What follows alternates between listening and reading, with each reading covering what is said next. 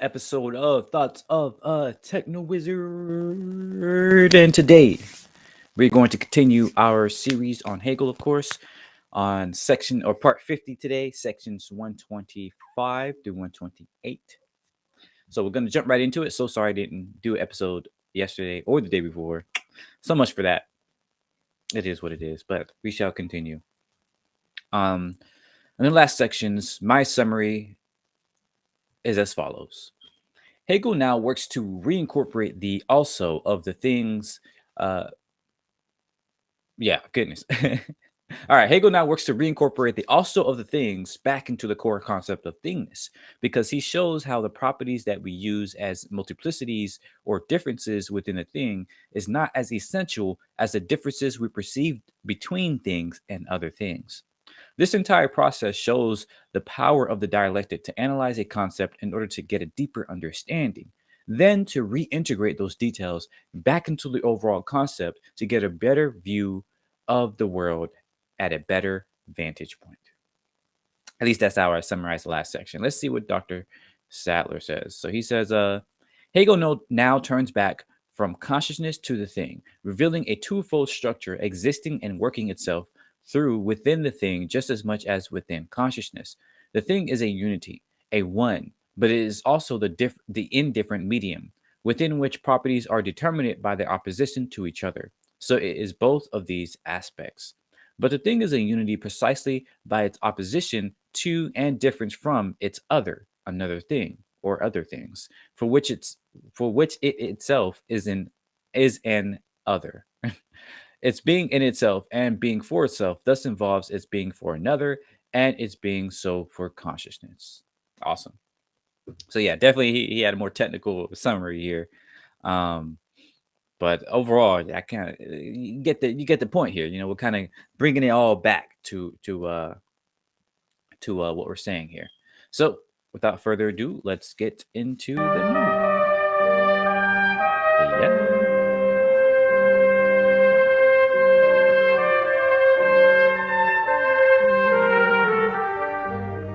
This determinateness, which constitutes the essential character of the thing and distinguishes it from all others, is now defined in such a way that the thing is thereby in opposition to other things, but is supposed to preserve its independence in this opposition. But it is only a thing, or a one that exists on its own account, insofar as it does not stand in this relation to others. For this relation establishes rather its continuity with others, and for it to be connected with others is to cease to exist on its own account. It is just through the absolute character of the thing and its opposition that it relates itself to others, and is essentially only this relating. The relation, however, is the negation of its self-subsistence, and it is really the essential property of the thing that is its undoing. So just, bringing it back together, when we think of a thing, when we think of an object or whatever, it kind of separates itself from other things, but also, forms its own, kind of instance of what we're thinking about. But it also allows us to reintegrate it back into, what I was saying. I'm just repeating myself at this point. We're now at, you might say, the gotcha moments of perception, this entire section. Hegel has been exploring the nature of the thing as it is for perception, the object of perception, its relation to the perceiver, what's going on within it. And in these paragraphs, that is 125 through 128 and even 129, he's going to talk about the thing being essentially destroyed, or being destroyed as far as its essence goes. Gehen zugrunde, going to ground, think about throwing something on the ground.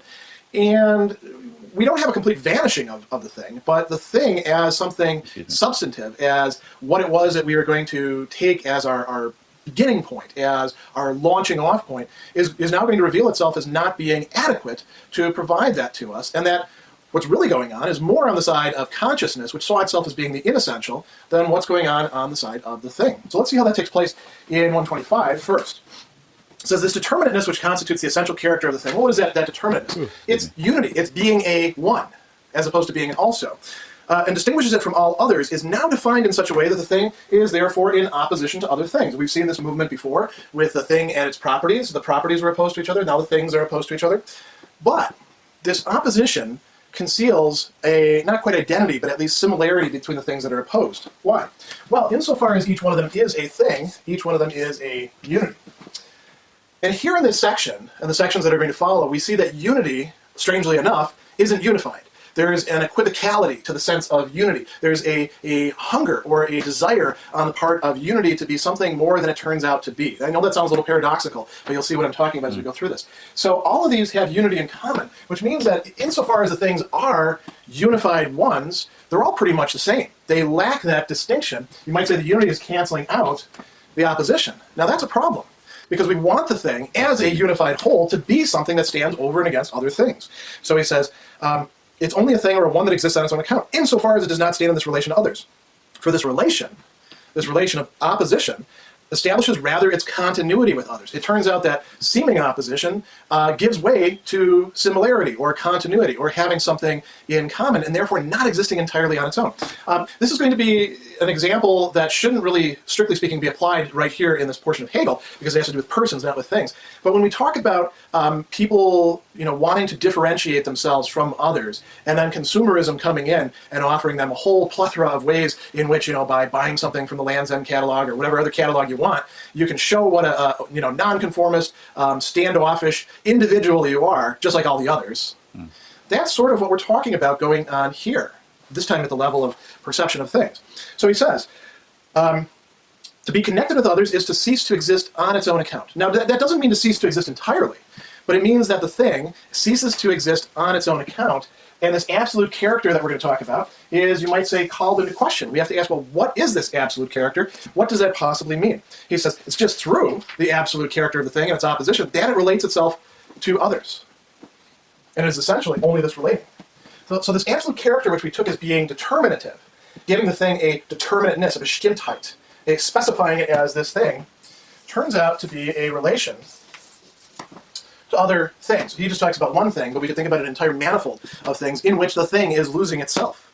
He says this relation, however, is the negation of its self-subsistence. It turns out that the unity, the being by itself, gives way by its own self-opposing, by its own unfolding, to this relatedness, which submerges the thing into a whole field of other things. It's really the essential property of the thing that is its own undoing, he says. What do we have going on here? The typical dialectical process, where we have something that appears to be the way it is. It self-others. It turns out that there's more going on within it. It gives rise to its own opposition. All within it, consciousness looks on and says, wait a second, what's going on here? Tries to make sense of it. And now it moves to showing itself as, at least at this point, inadequate. Yep. I wonder,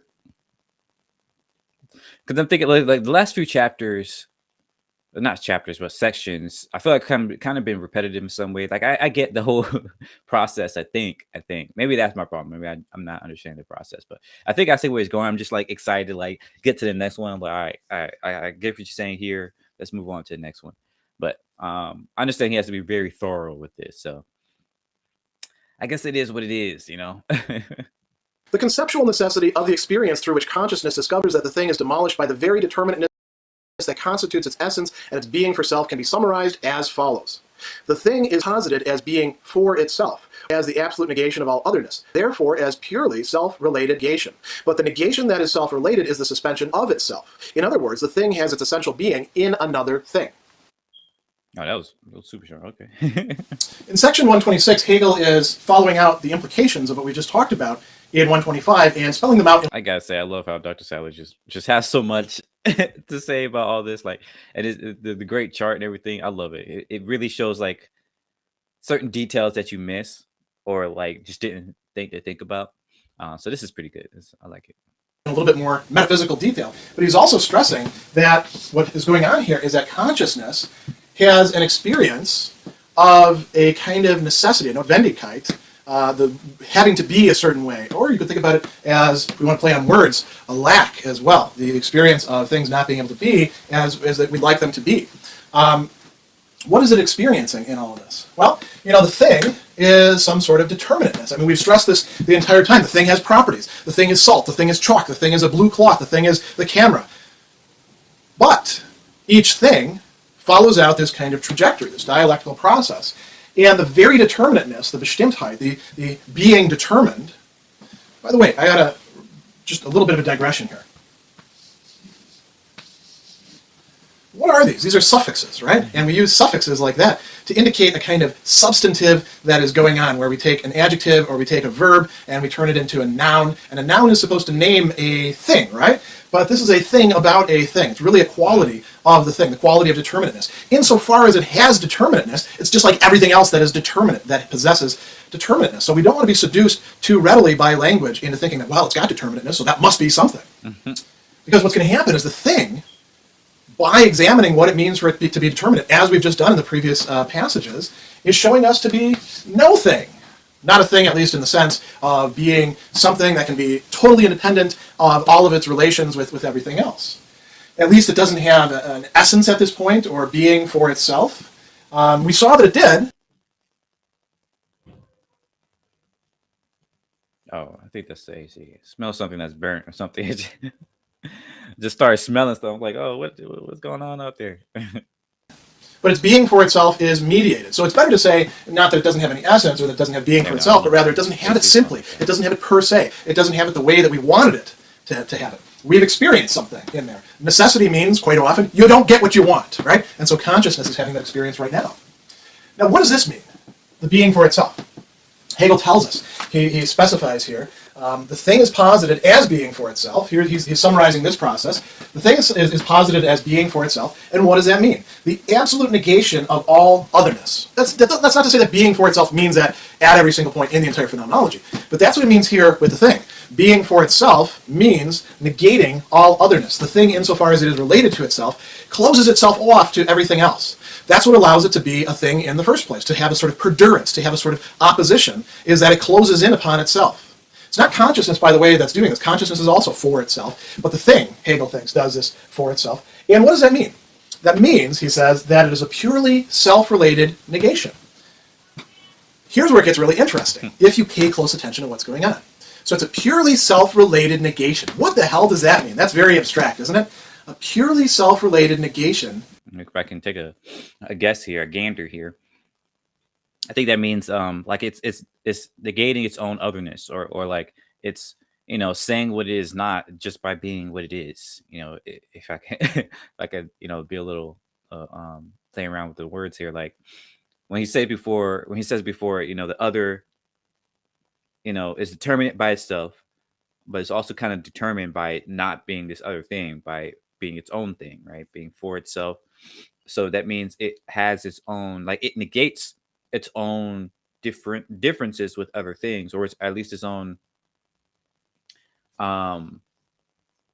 maybe its similarities with other things, saying, oh, it's this thing, right? It's this thing here, which means it by necessity, you know, pushes out any other thing, but also at the same time, you know, it pushes out the idea that it is the only thing, or that, you know, it can only be this thing. Or maybe I'm just going too far with it there, but yeah, at least at the very least, I think it's, you know, by being what it is, it necessarily means it is not, you know, these other things as well.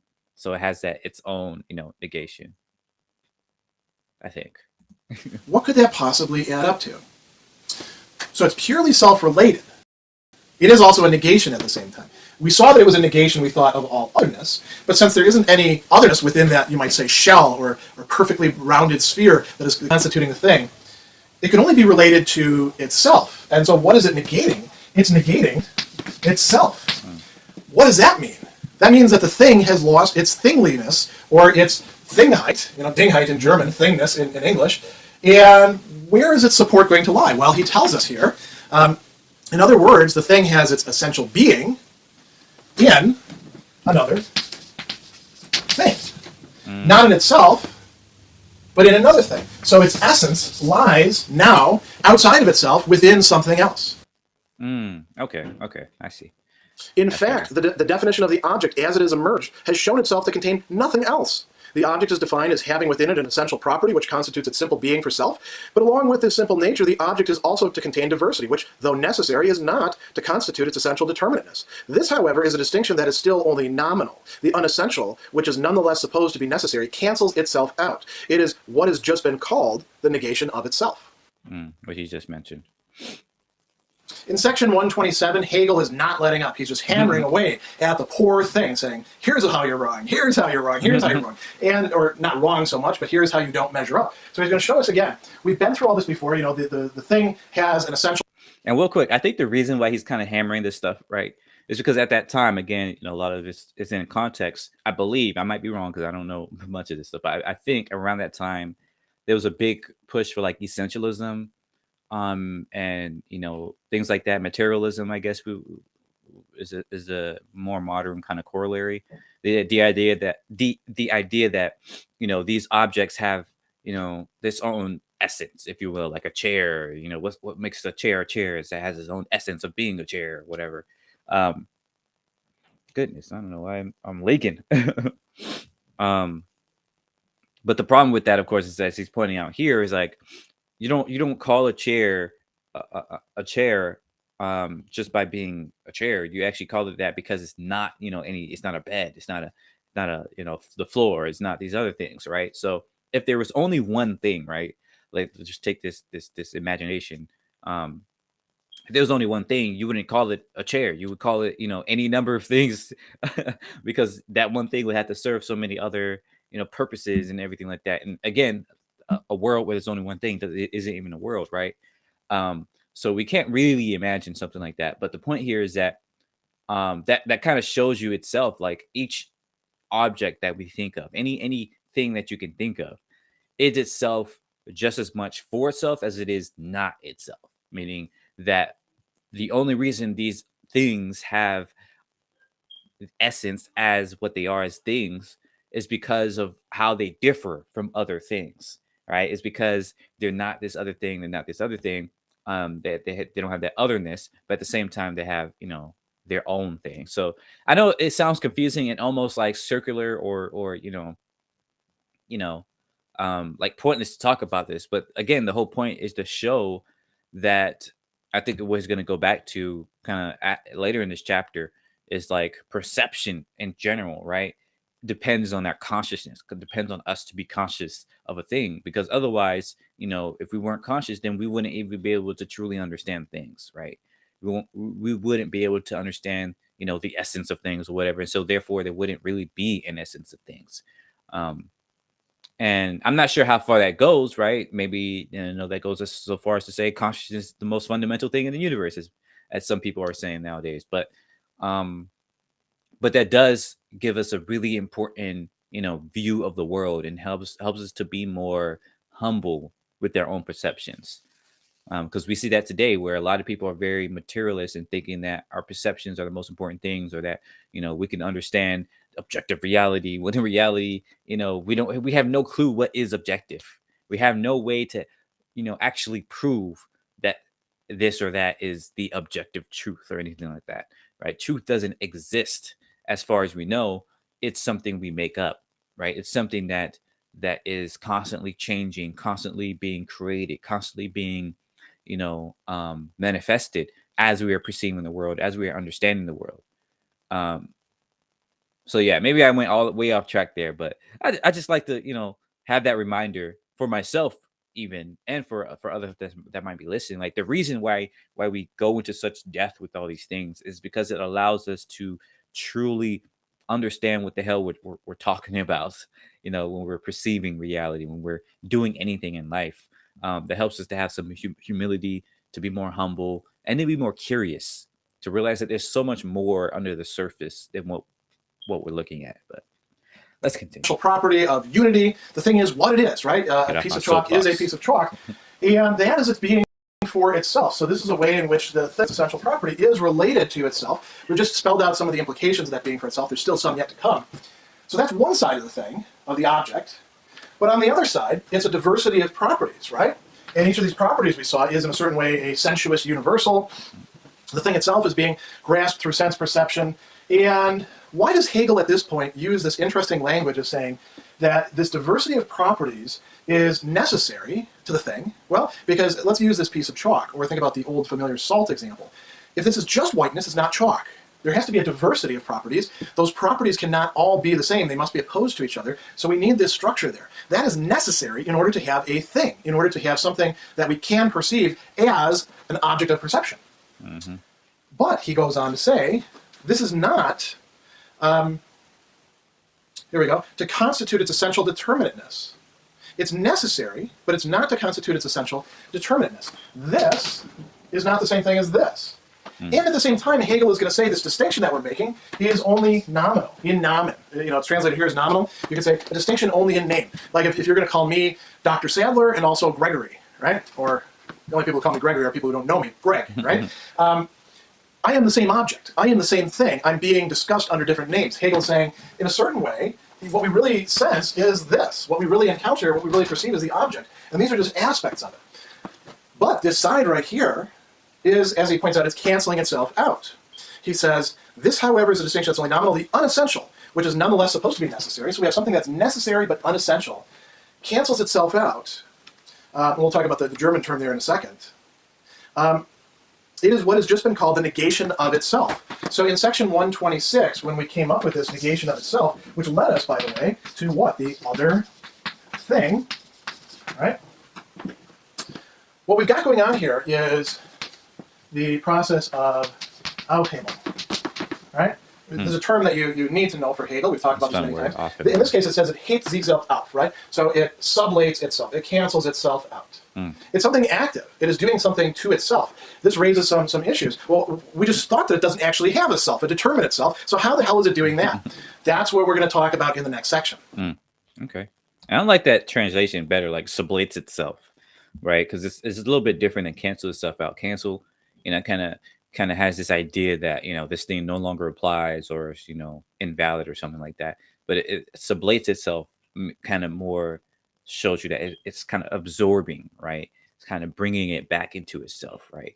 Like when you spill some water and you spill another piece of water, like another piece, a droplet of water, it sublates itself into that whole water. So now you have just one water thing. It doesn't cancel out. Doesn't just go away, just invisible. No, it just shows you that, what you thought when you thought you had two different things, they're actually the same thing, right? Sublates itself. So I guess that's how I'm taking that translation. With this, the last insofar that separated being for self from being for another falls away. On the contrary, the object is, in one and the same respect, the opposite of itself. It is for itself insofar as it is for another, and it is for another insofar as it is for itself. It is for itself reflected into itself, a one. But this for itself, this reflection into being, this being a one, is posited in a unity with its opposite, with its being for another, and hence only as cancelled. In other words, this being for self is just as unessential as the only aspect that was supposed to be unessential. That is, the relationship to another. The only aspect that... Again, let me see. But this for itself, this reflection into itself, this being a one, is posited in a unity with its opposite, with its being for another, and hence only it's canceled. Again, if you translate that as what he was saying before, as sublates itself or kind of absorbs itself, it's not really canceled. It's not really going away, but it becomes back into that unity. Again, that water example. If you have 2 cups of water or whatever, you might think that they're 2 separate things, but they really are one once you put them together. Yeah, this being for itself is just as unessential as the only aspect that was supposed to be unessential, the relationship to another. Awesome. Yeah. That was supposed to be unessential. That is, the relationship to another. Hegel is now bringing these reflections to a close, or at least to a knot, in telling us that the final insofar that has been separating being for self and being for another in the object, in the thing that is being perceived, now falls away. So the distance between these is lost. Interestingly, there's going to be some more insofars, as we're going to see, right? And what we've got going on here, I deliberately used an X here, because we have what's called the chiastic structure. The chiasm is an X. So we have being for another showing up here. We have being for self showing up here. Whenever you say something that has this sort of structure, it's a rhetorical way of putting things in terms of an X. We call that a chiasm, from the Greek word for X. Well, it's not for X, actually. That's a different one. That's a different letter. But it looks like an X, right? The chi. So what is Hegel saying here? This distinction between being for self and being for another is breaking down, and it's breaking down in some rather interesting ways. I usually don't skip right to the very end of a passage, but I'm going to do that in this case, because look at what he's saying here. being for self is just as unessential as the only aspect that was supposed to be unessential, that is the relation to another. So before, we at least had, well, one part of the thing is really inessential, and we're jumping around like, well, is it this part? No, this turns out to be inessential. Is it this part over here? And we're going back and forth. Now Hegel's actually going to say, joke's been on us. Both of them are inessential. Neither one of us gives to us what the thing really is. Why? That's what we want to find out in this section. So let's follow it out. He says, the object is in one and the same respect the opposite of itself. How is it the opposite of itself? The way he explains that is saying that it's being for self, or it is for itself insofar as it is for another. Now let's actually chart out for ourselves what that means. This means that it has that essentiality, it has that closed-innedness, it has that relatedness to itself insofar as it is for another. As we've seen, the thing requires at least one other thing in order for itself to have its being for self, in order for itself to... You can't, again, use sort of anthropomorphic things. You can't turn your back on somebody if there's nobody else to turn your back on. It doesn't make any difference turning your back on a book. You need another person to turn your back on. The thing needs another thing, but that means that it has to give up, to a certain extent, that pure self-sufficiency of the being for self in being for another. It has to make itself vulnerable to the other, you might say. Along with this, he says that being for another, or it exists for another, it is for another, insofar as it is for itself. What does that mean? Well, it can't be for another if it isn't in the first place. If it doesn't have the kind of presence. If it's merely a whiteness and not a piece of chalk, it can't be an object for me. If it's merely stripes and not a suit jacket, it can't be an object for me, and these two can't be in relation to each other. I'm not going to draw on this because I got enough chalk on me, but you get the idea. They can't exercise their relation to each other, except insofar as they are objects, more than just batches of qualities. Being for another, if being for another, requires that it be for itself. So we have this chiastic structure here, and we have another insofar as occurring at this point. So what does this mean? He says it is for itself reflected into itself. Being for self means being a one, right? But this for itself, this reflection into itself, this being a one, is posited in a unity with its opposite. Multiplicities. Okay.